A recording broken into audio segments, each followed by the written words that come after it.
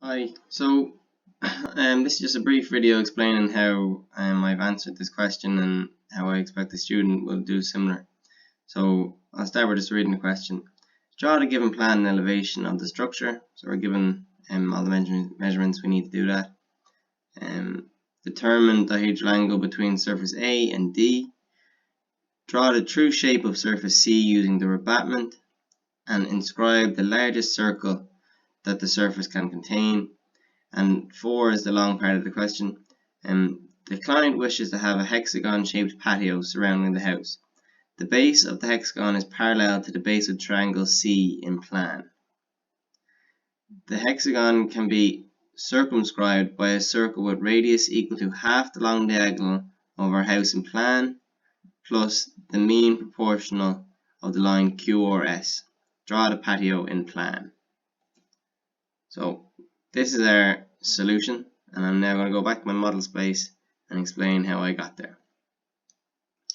So we start off with by drawing out our question. So we're given what we need, we're given our angles, and we're given some key measurements, and the students can draw their plan and elevation then, and we're already given our line QRS for our dihedral angle. So we move on then, and the first thing we have to do is find the dihedral angle between the surface A and D. Am I right? Between the surface A and D? Yeah, between the surface A and D. So here I used the auxiliary method.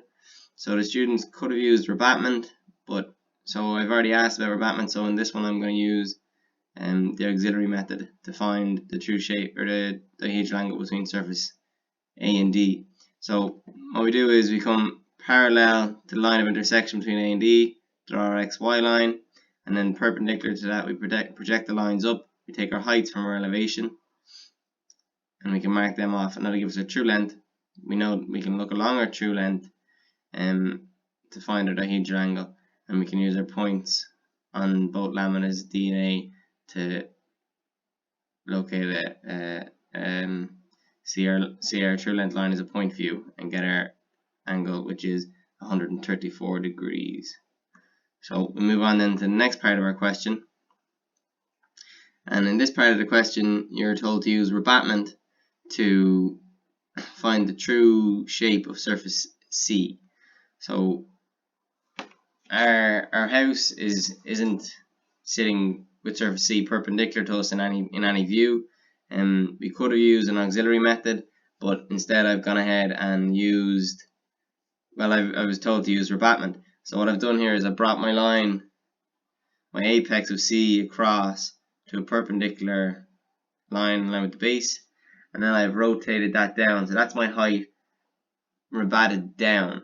Okay, and then if I come back down into my plan, I bring that to my horizontal line, project the line parallel to the edge of my building, and from there run it back across perpendicular, and that'll give me my true shape C.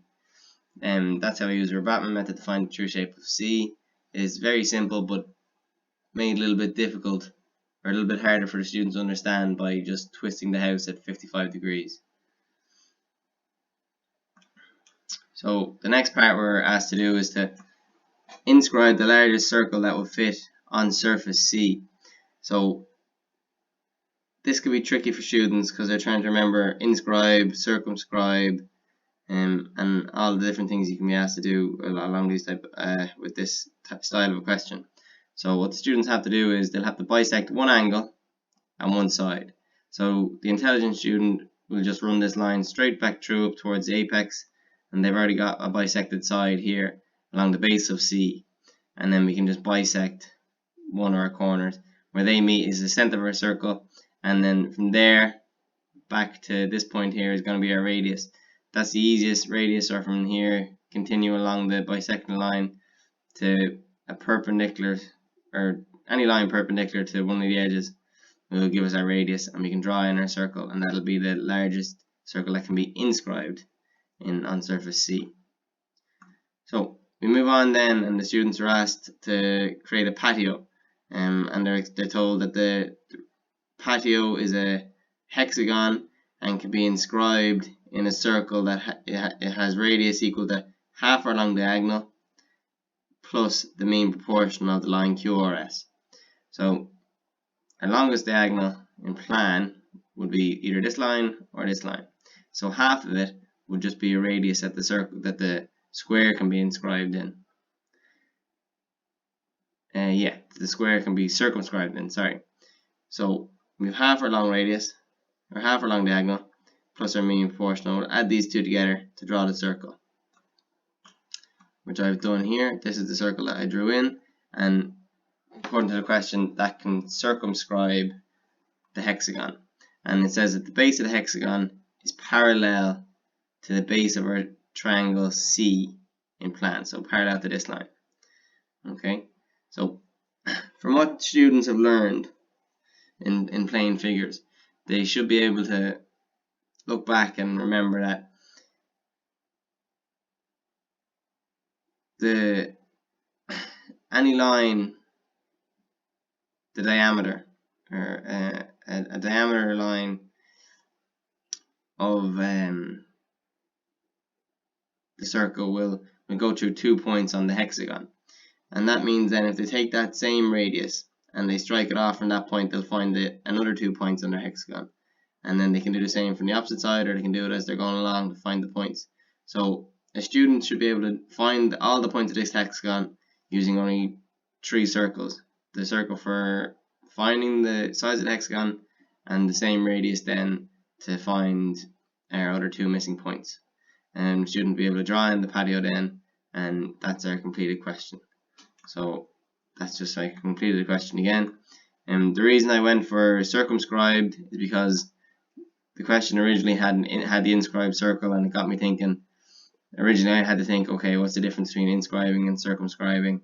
How am I going to find it and all that stuff? So if I found myself thinking about that and having to look it up, I thought that would just be a natural thing to go and do.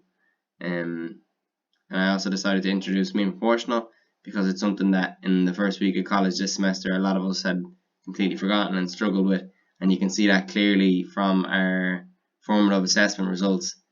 Even though you don't know each other's numbers, you can see there's an awful lot of red for that week, and I'm assuming it was because of the mean proportional, because everything else was simple enough.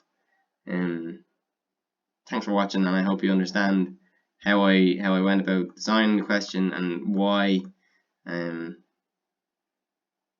Thank you.